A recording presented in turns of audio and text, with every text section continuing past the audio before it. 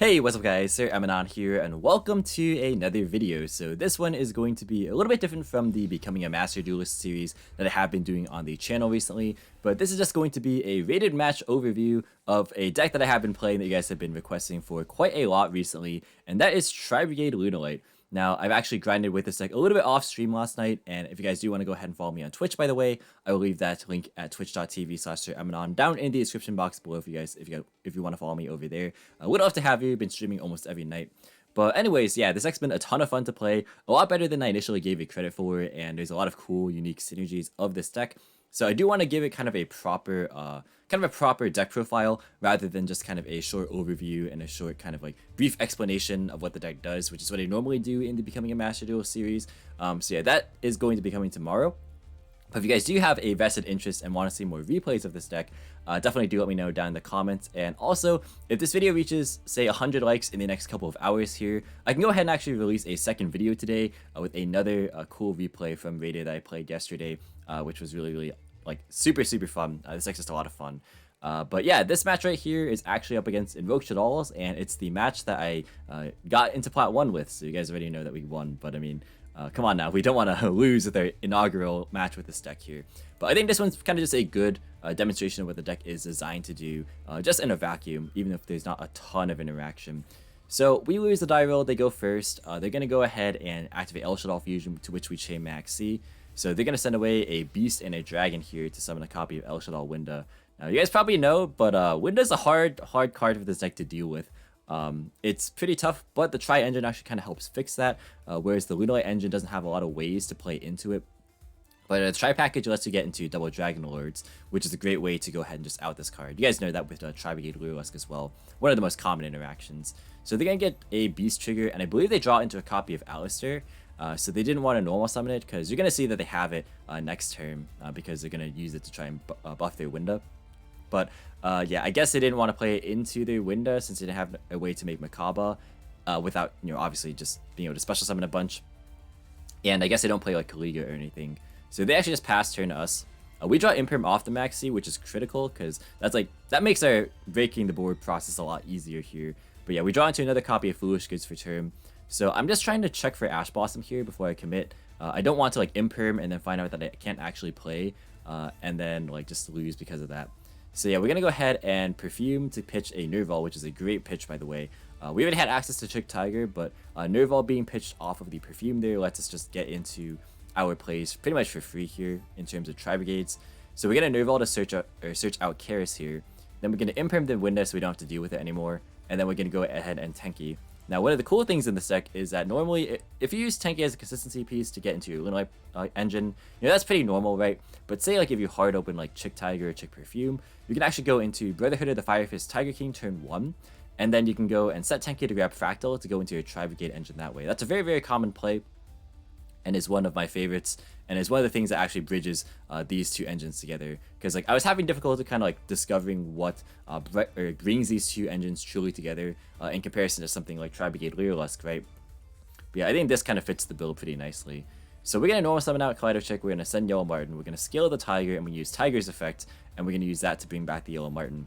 And then from here, we're gonna overlay into everyone's favorite, the Raid Raptor for Strix, which is obviously a very powerful extender in pretty much any Lunalight build if you've seen all my Lunalight videos recently. Now here's a cool synergy. We're going to search for Zephyros, and you can notice right here we have Karis pitch Zephyros, which comes up a lot. And that's a great way to just get Zephyros in the grave for free without relying on, not as good cards like, say, I don't know, Barricade Board Blocker, or like hard drawing Perfume and or Goods every game. It makes it so that you have something like in your Tri engine that actually gets you more value with the Lunalights as well, which is like more of the synergies that I was looking for. Talking about that like previously. But carrying on here, we're going to use Yellow Martin to bounce our Tiger back to our hand, and then Link summon with that and the 4 Strix to go into our Farid. Now this is something that's pretty important here. So the typical end board of this deck is Appaloosa plus 2 rank 4s. So with that setup, you have 3 vacant main monster zones, and you'll have Revolt set too with the Berry Bloom. So if you don't properly summon a Link 2, you actually won't be able to go into Shuraig this way unless some of your board gets cleared. So that's pretty important that you actually properly summon this Farid. So that way you can actually just have enough materials to actually go for the Link 4 play. Here we're going to Curious to pitch Zephyros, which is crazy. And it's about this point where my opponent actually has responses. So I'm like, oh, my opponent actually might have Nibiru here.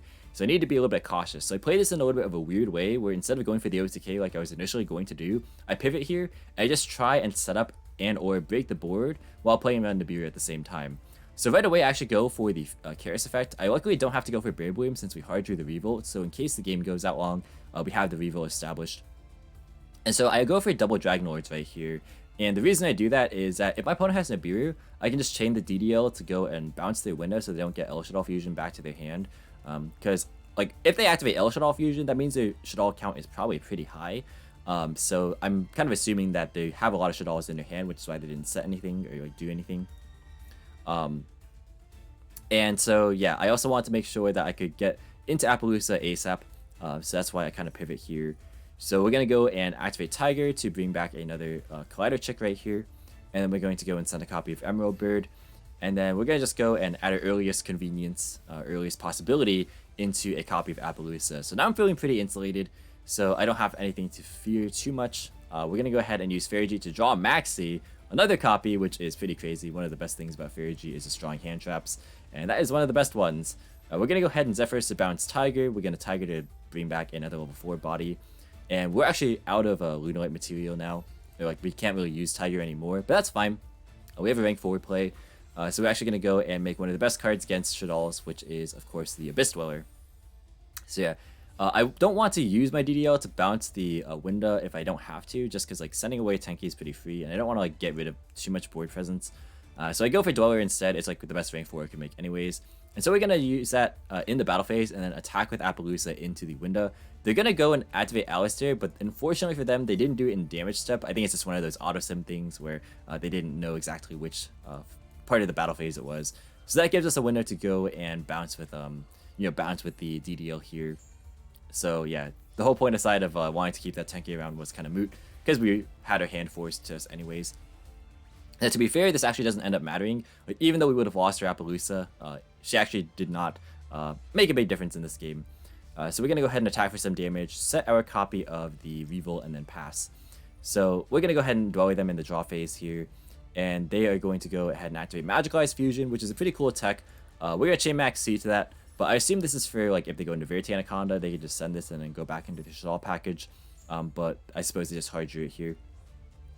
So right here, they're just going to banish Alistair, and they should all be used to go back into their window that we bounced. Also, they probably just play multiple copies. We're drawn to Ash Blossom, so that's great if they draw a Shaddoll Fusion as well.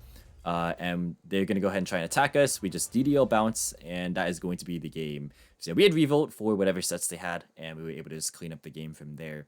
So guys, I think that's a pretty good showcase overall of what the deck tries to do, just in a vacuum. Again, not a whole lot of interaction there for my opponent. We did happen to just, draw the out to the window. To be fair, we would have had a lot of, we would have been in a pretty decent position, just in general, because of the fact that, again, the Tri-Brigade package is pretty good at outing window, just overall. But again, I think this is like a good showcase of what the deck wants to do. But if you want to see a more kind of like interactive match where I don't get to nearly pop off like just freely, again, leave 100 likes in the video in the next couple of hours, and I'll just upload a second video tonight against a game where I get Max C twice, and we still managed to win that one. So yeah, if you guys want to see that, definitely let me know down in the comments below, and I'll do the deck profile tomorrow, like just an in-depth, very detailed profile, because I want to do this deck justice, because I actually think this is possibly the best Lunalight build right now. So yeah, that's gonna be it. Thanks guys for watching. Check out my social medias in the platform or social media platforms in the description box below, as well as if you want to help support me via Patreon or your Playmat, the affiliate links are in the description below as well.